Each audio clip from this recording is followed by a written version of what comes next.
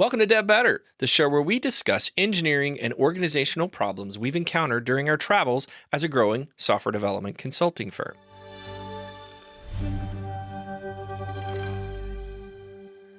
Clients come in all shapes and sizes.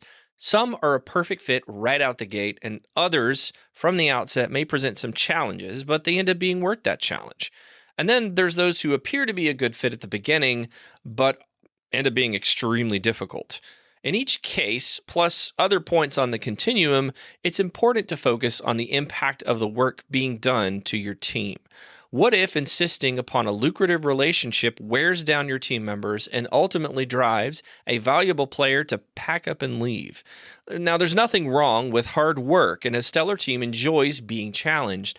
But when does challenge bleed into toxic territory? Difficult clients can be bad on your team's morale, and a poor client experience can tarnish your future reputation and business. So it's very important to look for signs up front that things are perhaps going to go sideways. All it takes is the wrong impression multiplied and megaphoned through the right channels to make repairing the damage and finding future work more challenging than it already is. But how do you know when a client is truly not a fit? Instead of simply being demanding in a way that challenges your team, possibly for the better, what leadership advice is useful when the going gets tough? And what steps can be taken early to ensure that a good fit happens in the sales cycle? Today, we'll talk with company owner Richard Sims about experiences with challenging clients, how they navigated the waters, and what you can do to elevate all of your client relationships to partner status.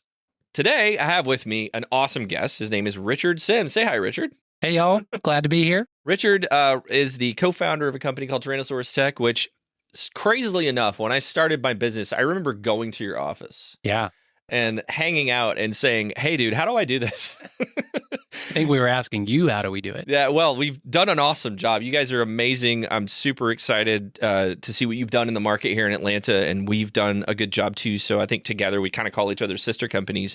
And that's awesome because we like to hang out and talk about difficult items. This particular one is difficult clients. Being a software engineering consulting firm and also being a software engineering consulting firm with some other awesome things that you guys do, which we can talk about. It's a topic that's near and dear to my heart, and it's a difficult conversation because, one, I don't want to make all my customers angry and make them think I'm calling them bad, which I'm not, by the way, if you're watching this. But at the same time, there's certainly some war stories that we've both had over the years of running our own businesses. For sure. So today, I want to ask the question, is there a such thing as a bad client? Richard, what do you think? It's a great question. Short answer, yes. The truth is, of course, there's a huge spectrum. There's shades of gray. Obviously, we wouldn't really default to saying bad client. Right. I think there's difficult clients, which is not inherently bad. Mm-hmm. There's challenging clients, which is not inherently bad. Agreed. But there are toxic clients, which is bad, no matter how you slice it. So those are the ones that make me say yes. 100%. I agree with that statement. So let's kick it off. And I like to tell stories. Let's talk about some experiences that we've had. Names changed to protect the innocent, and possibly even some scenarios changed because I don't want anybody to get irritated with me and flame me in the comments. But let's talk about some specific experiences that we've had that showcase what a bad client is. How about you start? Sure. This is an easy one because a particular story always comes to mind for me. And this happened kind of at the height of COVID. So everybody, including us as a business, was scared, right? And I think on the whole, we got off relatively easy with like all the market disruption and challenges with COVID in terms of the business, but we were naturally very afraid of losing clients. Yep, we were too. Especially big clients.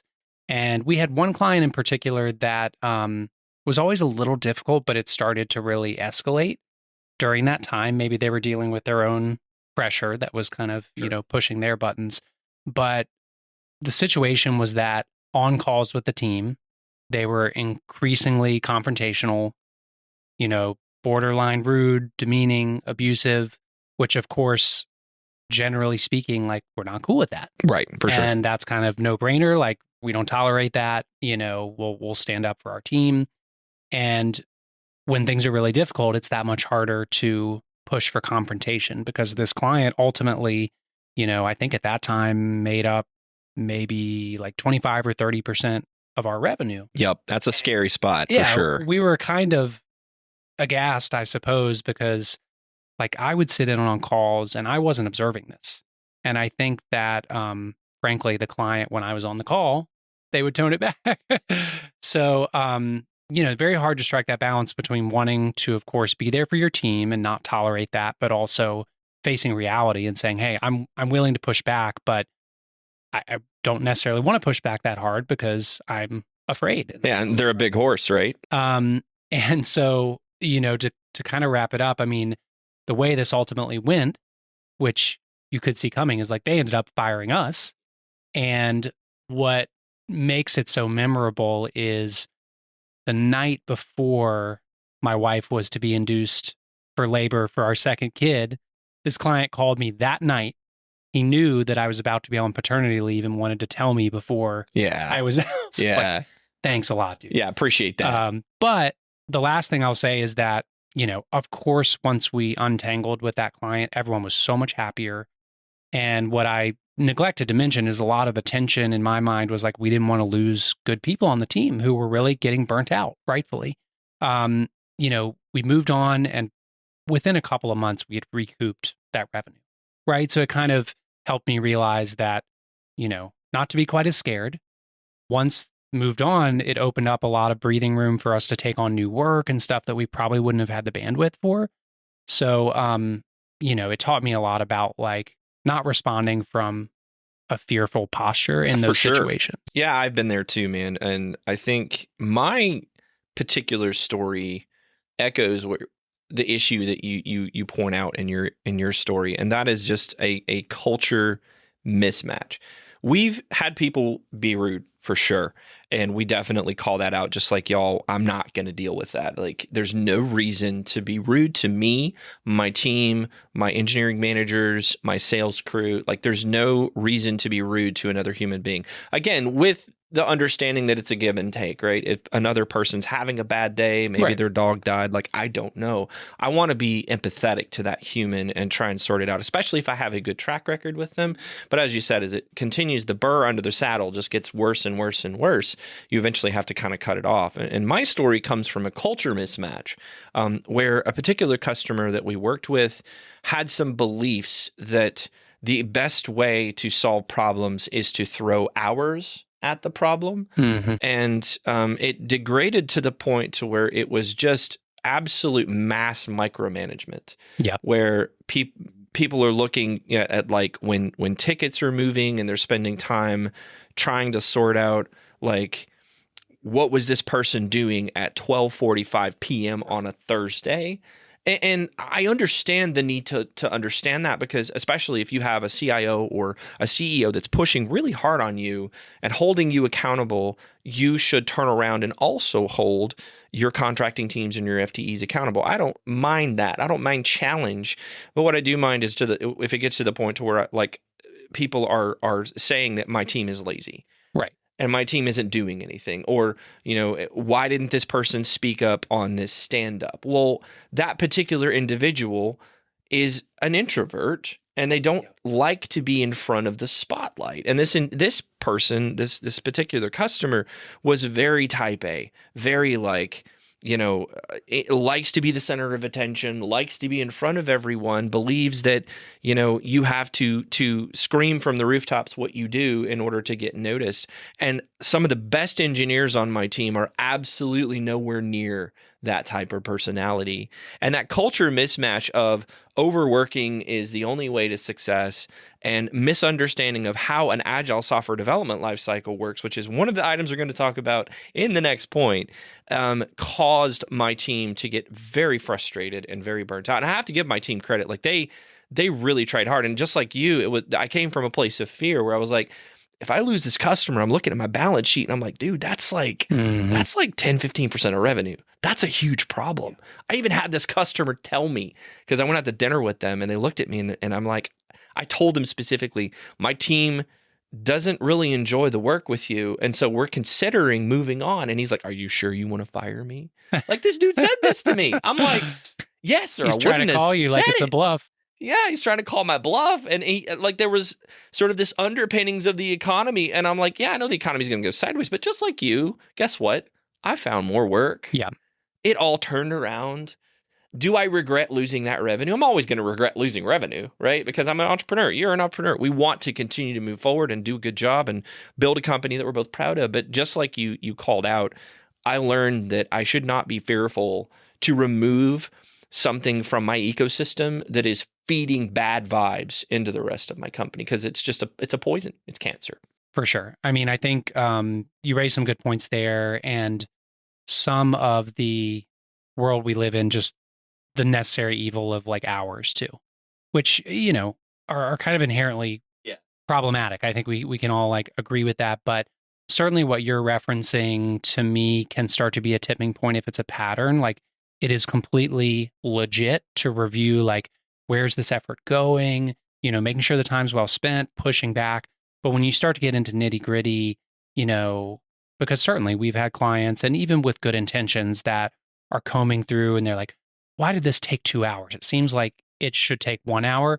And when you get to that point, you've already passed some kind of, you know, breaking point potentially, where there's not trust, or there's not, a level of professional respect for what you're doing. Because to me, it's always, we can dissect these hours all day long, but like, look at the invoice and what we delivered. Is the value there? Exactly. That's the question. And if the answer is no, maybe we did something wrong.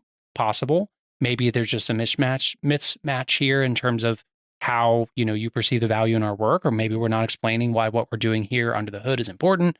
But yeah, I think that part of what you're sharing too about customers kind of projecting their company culture on how your team operates is natural, but has to be kind of mitigated to a degree. And I think that as we've grown and gotten more confident, what we do better at is that expectation setting up front about like, here's how we run projects, here's why. Of course, there are concessions that can be made to accommodate for how you all operate, but we're the experts. Like, let us do it how we know is going to yield the best results. And I do think the last thing I'll say is like, the problematic client I was referencing, for example, I think kind of a little bit old school, where like that's how things were. You push people hard for the best results. And A, that's just not our culture. And B, I don't think that really works. Yeah, the culture has to match, right? There has to be some Venn diagram of that, because I've certainly worked for people that are more old school. I don't mind it. It's fine. I grew up, I'm a millennial. I grew up with a boomer dad. I grew up in a single parent household. I understand hard work. I've been there. I was on a farm. Like, you want hard work? Come with me back to my house and let me put you to work hoeing corn or something like that. So I get hard work, but I as you said, it's that Venn diagram of our culture. There has to be some match between those two. And I have one caveat that I want to state on the trust. You mentioned if we're nitpicking over hours, there's a trust issue. That's 100% correct. And there are times where I have walked into a situation that another firm completely screwed up, and I'm hired. And maybe you've seen this too. And you walk in the door and that client is just got a lot of baggage, right? I'm sorry, I have to say it. They got a lot of baggage. They've seen like the other company just did such a poor job. Oh, maybe they overcharged and underdelivered. Who knows what happened? They missed a date. They got their hand slapped because this company didn't deliver. And we've always walked into those types of situations with the intention of trying to fix that. But I've really changed my mind on that. I will never fix that. Because this customer had a bad experience, and I respect that bad experience, but I can't let that bad experience reflect on my team's ability to deliver. And it's not my responsibility to fix that person's viewpoint on what a consulting firm can do. It's my job to come in and deliver against the expectations I have. And yeah, we'll work with that person and help to understand and show them what we're doing and hopefully win that trust. But there are some cases where when you're the first person in after a bad experience, good luck winning that trust. Well, I appreciate what you're saying. I'm going to push back a little, only in the sense that, and this may sound a little cynical, but sometimes, when I'm thinking about or trying to articulate like best client, when I look back, a lot of times it's folks that have been burned elsewhere, which I'm not glad that happen to them. But it also, in my experience, gives you an opportunity to wow them really quickly. Sure, if you deliver. If you deliver, for right. 100%. But a lot of times, certainly the work, but it comes down to typically, in my opinion, like the root of a lot of it is just communication. 100%. So if you over communicate, if you really have well-defined like processes and touch points and, really honest about, estimating the work or, hey, this has changed or here are the unknowns that we all have to agree on, in some ways it can give you an edge to really impressing them, assuming they're not so far gone right. that they're just never going to trust 100%. you. Like, You're absolutely right. And that over communication is the spot where y'all shine. It's where we shine. It's one of the reasons that we've both grown year over year is that over communication of what we're doing is a key point to hiring good people that know how to talk to other people, right? This video is sponsored by us. To continue our mission of providing valuable educational resources to current and future software engineers and tech professionals, we've officially launched the Dev Better newsletter. Our monthly newsletter will bring highlights of the tech industry right to your inbox at the end of every month. Within each Dev Better newsletter, you'll find the top tech news stories, job postings that we believe are worth your time, and more importantly, development tips for your ever-growing knowledge base. If you think this is something you'd read, we've left a link in the description for you to subscribe for free. Now let's get back to the video. All right, let's move on. Now, let's talk about root cause of some of these issues, of the bad experience that we have with customers. I've kind of broken it up into 3 different pieces here, and you may have some additional ideas to add, but I've got it broken into personalities, process, and culture. We hit on culture already, so we can probably not talk about that one, but personalities and process are 2 of the root causes that I typically see that result in a bad client experience. You know, what do you think about those 2 items? Do you have any commentary? I think that those are very good overall. I think the only thing I would add maybe is like education and expectation alignment. And by education, I don't mean where you went to school. I mean that the level of effort that both parties are putting into educating the other on their space, how things work, how they do things. We definitely make a point of along that journey trying to help the client understand at a very high level, like what we do and why, and kind of demystifying tech a little bit. And I think that can really improve the relationship. And similarly, we try to come at understanding their space and their business and their motivations, as from a child perspective. Like we're going to ask a million questions. They're not necessarily related to like, what does this particular feature need to do, but what is really motivating you? Who are the stakeholders? Like, who's your boss? What's his deal? Like, when's he breathing down your neck? Whatever that is. Right. So I think some of it is that just like understanding the broader landscape and trying to get them, for lack of a better word, to respect like the craft of design and engineering. And that's fundamentally like when folks have that respect, it goes a long way. Right. Awesome points. Personality for me is one of the key points towards evaluating if a client is a fit. Obviously, you have to be very open to a lot of diverse viewpoints here. Right? You can't say, well, we only work with this one type of human. And I think for me, having emotional intelligence as a centerpiece of one of the things we look for when we hire people has helped that be a lot easier, right? Yeah. Because I tell people, I'm like, clients are people too, right? Customers can have a bad day, for example. And like we talked about earlier, that can impact how they're interacting with you and your team. And you want to be careful that your engineers don't just think, oh, this person is being mean to me, so I'm going to tap out, right? I've had that happen, right, internally. And you want to train your folks to say that, look at what this other person is going through. Think about the stresses that customer has in place. Their boss is breathing down their neck, like you said. Who knows what they have going on at home? There's so many things that can turn an individual into, slightly more terse than you would like for them to be, or perhaps even slightly rude, depending on the situation. It's more about looking at the overall track record of that person, right? Sure. And understanding how their personality meshes with your team. Like in my bad client example, this particular personality just does not mesh with their company culture. So it didn't make sense for us to take all of our developers and put them in front of them and let that interaction sort of beat them down from a morale perspective. Right. And the other big issue is process, right? I've seen bad processes. This is like the crusade that I'm on, Richard, in life, is to prove to people that no one really knows the right way to build software. Maybe Kent Beck and some of the godlike figures in our field have a better understanding of how this works. But Yeah. you got Scaled Agile Framework, you got Standard Scrum, you got Kanban, you got Shape Up, which is a new one that I learned about that we're going to talk about in another episode of Dev Better. Stay tuned for that. And a lot of other sort of mishmashes and various versions of these types of SDLCs. And each one of them can cause problems with how you interact with that customer and all of the, I don't want to dig into it here, but all of the anti-patterns that we see in these different processes can feed back into your team and frustrate your team. Like, for example, sitting in a 6-hour safe agile planning meeting. I'm sorry, that makes some of my team members very mad. Yeah. It doesn't mean that client's a bad client, but it can contribute to low morale on your teams that you have to kind of watch for and you have to pay attention to.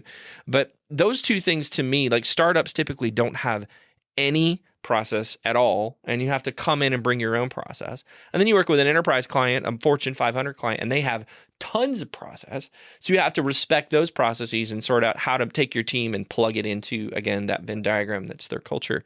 And those mismatches on those two levels, personality and process, I think cause a lot of the bad feelings between clients and between companies like ours. What do you think about that? Yeah, I think that on the personality front, yes, you have to default to the assumption that everyone's operating in good faith.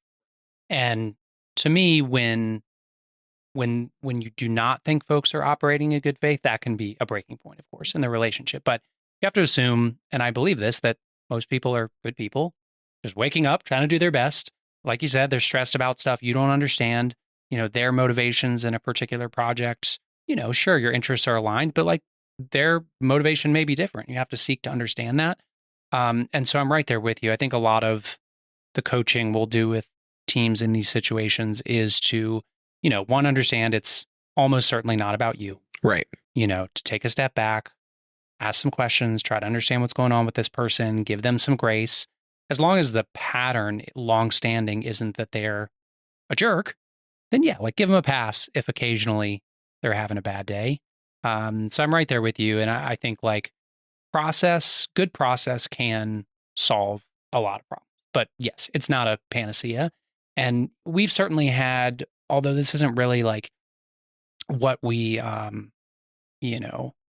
going for, I suppose, but we've had instances where there is just some personality mismatch, let's say between a dev lead and like the main stakeholder. And it's not that either of them is the bad guy. There's just something slightly off there. And just a few instances where we've just like moved that one person off the project and everything's good. And again, that's not ideal because you want to like coach folks through it, but I think sometimes there are just fundamental personality differences that are hard 100%. To reconcile. Yeah, and we've done that too. I think the best thing that I've ever done is to move an individual off of a project where they are clearly a mismatch. And sometimes, a client may perceive that individual is underperforming, but in fact, they're not. Right. Again, going back to my experience where this person just didn't speak up and stand up.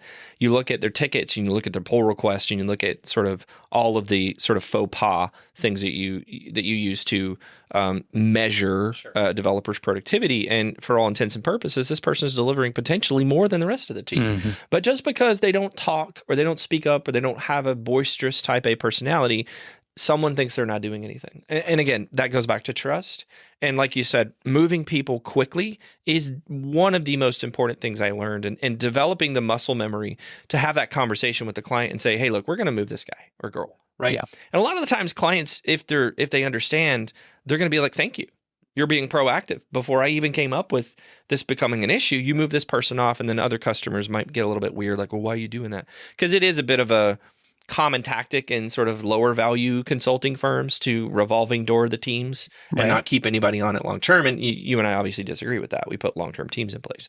But moving folks, again, is extremely important to make sure that you have a line of sight into those personality mismatches. So next topic, which feeds wonderfully into this conversation, how do we protect our teams from the challenges that some clients produce? So let's say that they're not quite a bad client yet, but we've seen some warning signs. We've seen some things that we don't potentially like, and it's maybe more of a pattern than we prefer. how do we protect our teams? Yeah, good question. So I'm going to answer this with recommendations I make to the team of how to navigate it when things start to get difficult. And so I have three pieces of advice that I always go to here. First one is super simple. Camera's on. Everyone's camera needs to be on. Like in the day of Zoom fatigue, I get it. A lot of times we just want to be off camera. But I do think that for difficult conversations or if the heat is getting turned up and there's tension, people need to have the camera on. You need to see facial expressions. They need to just, see that there's a person on the other end there. Like that alone, I think helps lower the temperature a lot of the time. The second piece of advice I always give is to slow things down.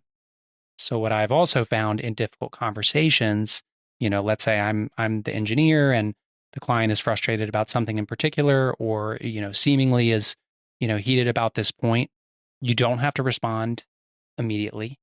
Like if they say something, 10 minutes of silence can be like the most powerful thing you can do. To just slow things down. It gives them a second to kind of think about what they're saying. And then similarly, slow it down also just means you don't have to answer on that call. If, they're asking, hey, well, can you do this? Or how long is it going to take to do this? Like we've gotten into trouble where engineers feel like as the lead on a project, they have to have an answer. And then of course you can get into trouble if they're throwing out estimates kind of off the cuff. And so that's another big one is like, it's perfectly okay to say, I don't know, or, hey, I need to talk to this person. I'll get back to you by the end of the day. And then I think three, which we've hit on, is just like empathize, ask questions. A lot of times people just want to be heard.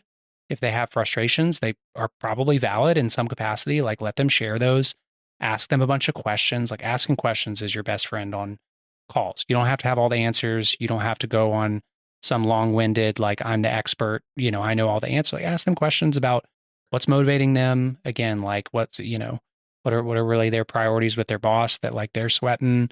And again, I think just those simple tactics can really help navigate those conversations and make sure it doesn't get to a bad place. Yeah, absolutely. I think that to protect our teams, another thing to think through is just to make sure that you've trained, like you mentioned earlier, your lead dev. So we put like everybody in front of clients and maybe I'll just take the lead dev approach, but we typically put the whole crew in front of them and on these types of meetings.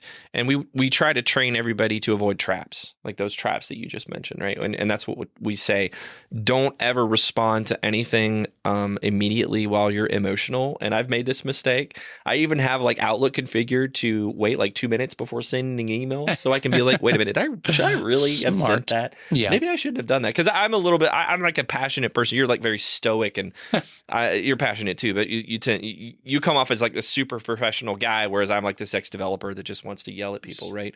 So I think that, for me, learning that muscle memory of calm down, pull it back, be a little bit more professional and think in terms of, letting some space, like let some air sit is a huge thing that I've learned the hard way, because I've certainly been the person that's like, oh, I want to fix that, and even like back before I started my own business, when I worked at Slalom and other companies, I was always the guy that was like, oh, I'll just fix that. And then I would overwork. I would spend like my weekend getting something done to make that client happy, because I didn't want them to not be happy. Sure. And I think that's a key thing that clients should understand, is that I'm not over here saying, haha, you write me a check, it goes in my bank account, see you later, suckers.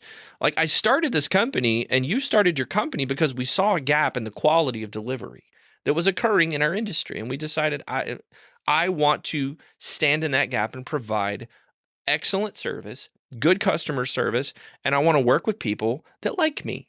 Believe it or not, Yeah. I do want to work with people that like me. I know some people, maybe think that's, again, we're pirates and mercenaries, but, I come into work every day because my customers are fun to talk to and I enjoy helping them solve problems. And I think figuring out when you need to pull the team back and put them in the bubble versus just letting them have those real conversations is a difficult problem that I've not solved completely. Yeah. And I think like, one thing I find really helpful, and I think even for like a very small team, we're quite flat in the scheme of things in terms of like organizationally, but having some degree of hierarchy so there's a means for escalation. And like, I don't know to what extent you've struggled with this, like you said, because you are ultimately a really strong engineer and you can get in the weeds and like, pull something out of your hat and fix it and make everything okay. I'm technical enough to be dangerous, but like, I'm not the engineer. I have my partner Carlos. He's the engineer. So I'm able to be pretty removed from a lot of day-to-day stuff, which can be really helpful. Very powerful. So when things get to a point, if there is some kind of issue and things need to get escalated, like obviously I can talk to the client. I'm a little out of the fray of some of the day-to-day stuff, so I can have, a more tempered perspective and make them feel heard and it's sincere, right? And just like you said, of course, like there's nothing we want more than clients to be happy. And I think fortunately for both of us, most of our clients are quite happy. But we're not perfect. Like day one going into this, did I think everyone would always be happy? Like, no, this is part of any business, like personalities, people are passionate, rightfully they're investing, sometimes they're building a new product. There's inherent risk. Like it is natural that emotions are high and that drives a lot of good things. You just got to like direct it in the right productive channel, 100%. And just like you said, like there's a drawback to being an engineer leading a consulting firm, and that drawback is not lost on me, and that is that I can get down in the weeds. But I've learned that lesson. Yeah, and I think your situation is very powerful, and I learned this early on from some friends, is that you want to have a structure, an organizational structure where you're not the one having all the hard conversations. As the founder, like let's talk founder talk, right?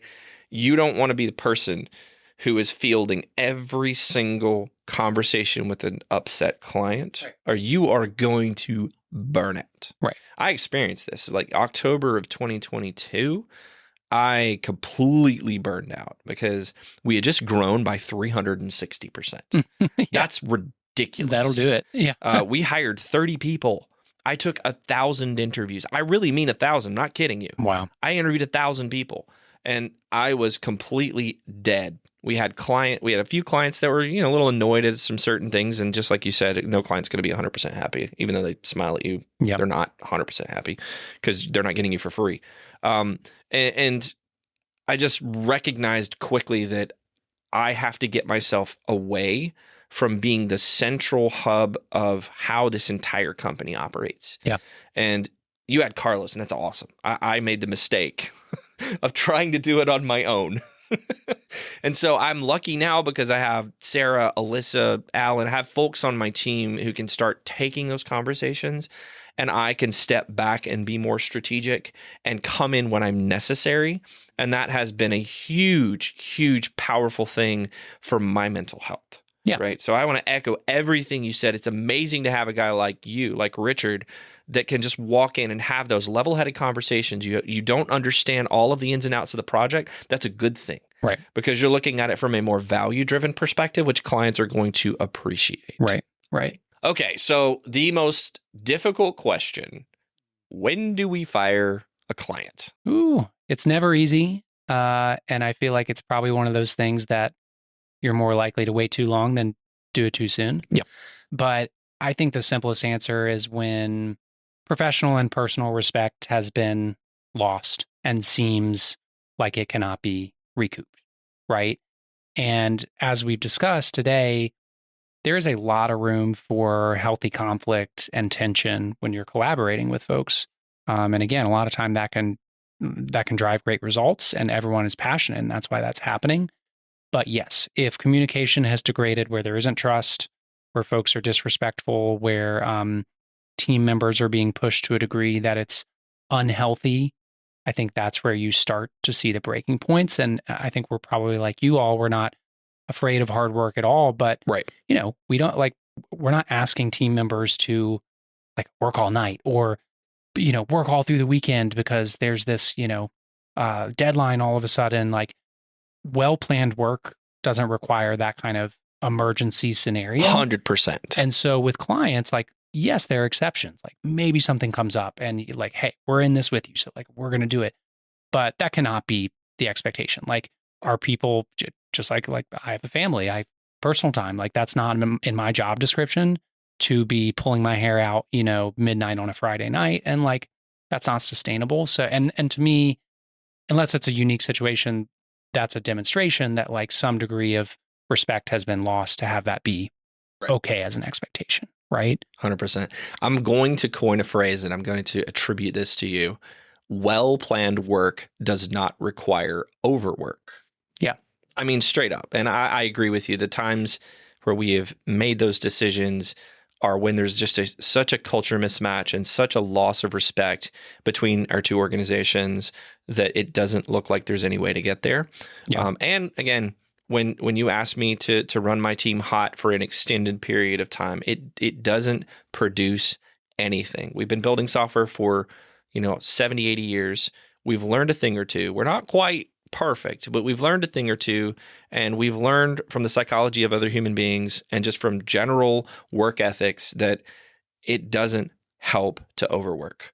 Yeah. Awesome conversation, Richard. Thank you so much. Yeah, this was great, man. I A lot of always fun. love riffing on you, and maybe people want to see the B-roll where we're being a little bit more candid. No, I'm just kidding. But thanks, everybody, for watching. Hopefully this helped you. Thank you, Richard, for coming out. Yeah, glad to be on. Fantastic conversation. And like, comment, subscribe, and check out Richard at... Tyrannosaurustech.com or Richard at Tyrannosaurustech.com. And we're on LinkedIn, too. Awesome. They're a great company, sister company. Highly recommend them. Check them out. And appreciate everybody. We'll see you next time.